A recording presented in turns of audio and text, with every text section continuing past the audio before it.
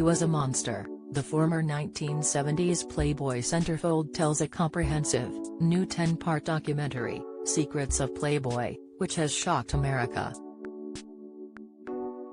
Garcia told me exclusively on a video call from LA, girl after girl was ushered up to Hefner's lair in the mansion, including lots of underage, in America, women, 16 or 17-year-olds.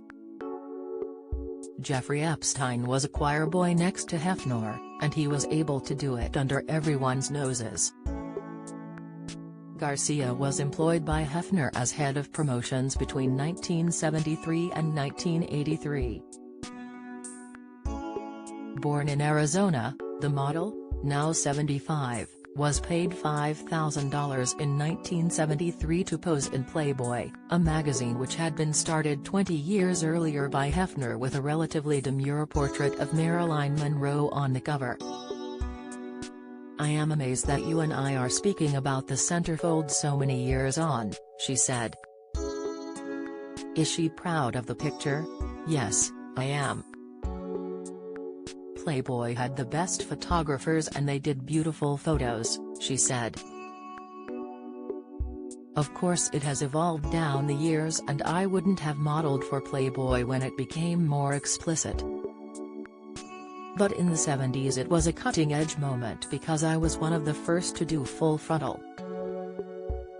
But she has some regrets about being discovered by a Playboy scout at a beauty pageant.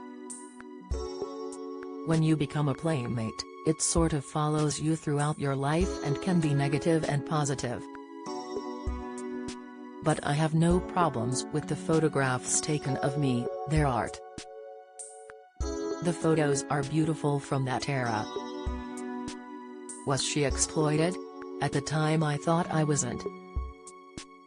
But the exploitation came later in the way the pictures were used.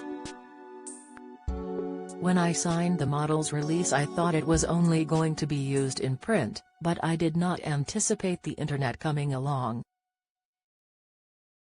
Once you get to the internet your photos can really be exploited, put on foreign sites. I had no idea. She added, it was a way to earn a living, or for those who wanted to get into acting, or other forms of modeling. She acknowledged she has been followed by the pictures.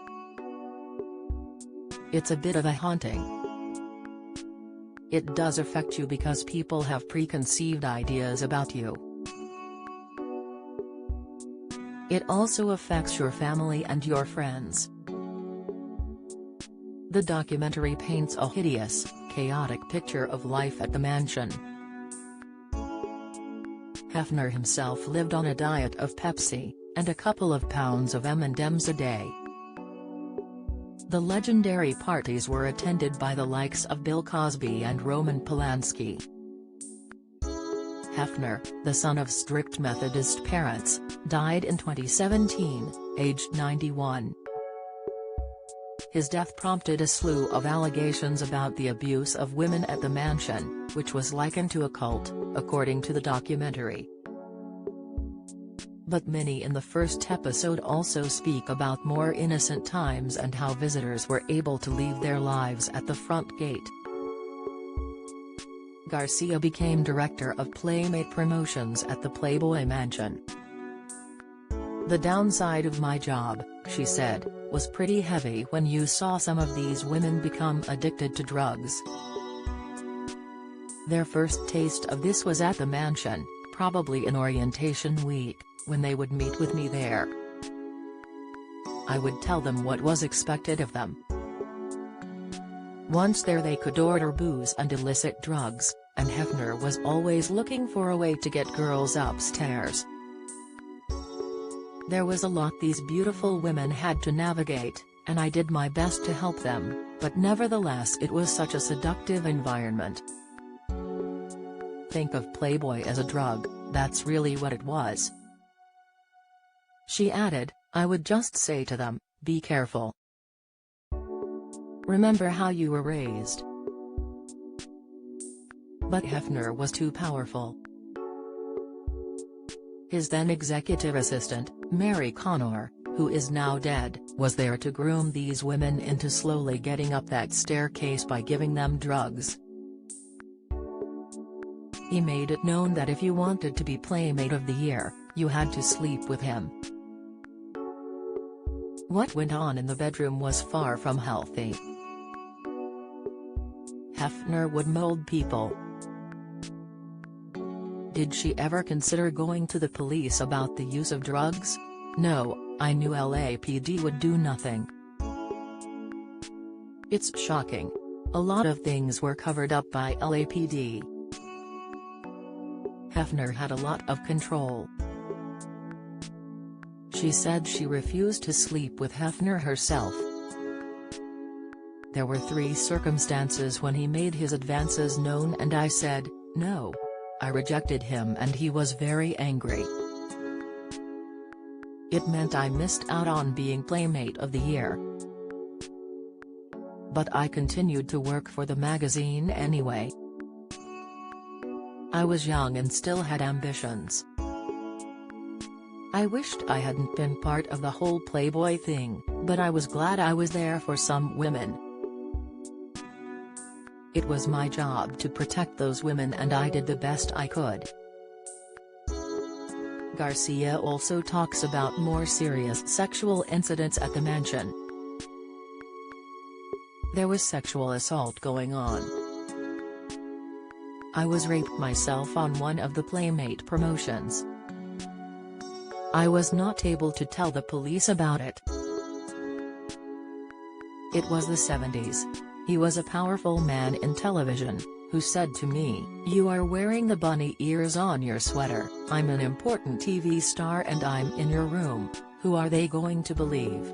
So I had this kind of background. I knew what could happen to these girls on these promotions. She agreed the Playmates became targets for men. Playboy was a sexually charged brand, so men would have a preconceived notion that you were loose, and could sleep with them and they could get away with something. I once had a Playboy executive outside my hotel room, begging me. He was drunk. I was very frightened. Garcia wrote down everything that happened to her. I wrote it down in the form of memos. It was my only weapon. I was a memo writer and it protected me and the women I was looking after. She finally left the mansion when it became unbearable. She explained, "I'd gotten to a point where I couldn't stand it anymore. I was like a priest, like a mother confessor, and I'd really heard too many terrible confessions from the girls I'd worked with. Too many girls had overdosed. In my resignation I said I could no longer deal with the exploitation of the Playmates." Garcia said she would like a day in court. "I'd love to think of a reason to do it. One thing would be that our photos were used for things that we hadn't approved. I also think about the model's release and the extra money we should be entitled to when the internet came along. I would like an attorney to come along and fight our case." Since the series, Playboy has released a statement, shown in the film, saying they are no longer associated with the Hefner family. I asked Garcia what she would say to Hefner if she faced him now. Garcia paused, before saying firmly, "We got you, you be. Hefner destroyed so many women." Secrets of Playboy premieres on Crime Plus Investigation, Wednesday, 9 p.m. and 10 p.m.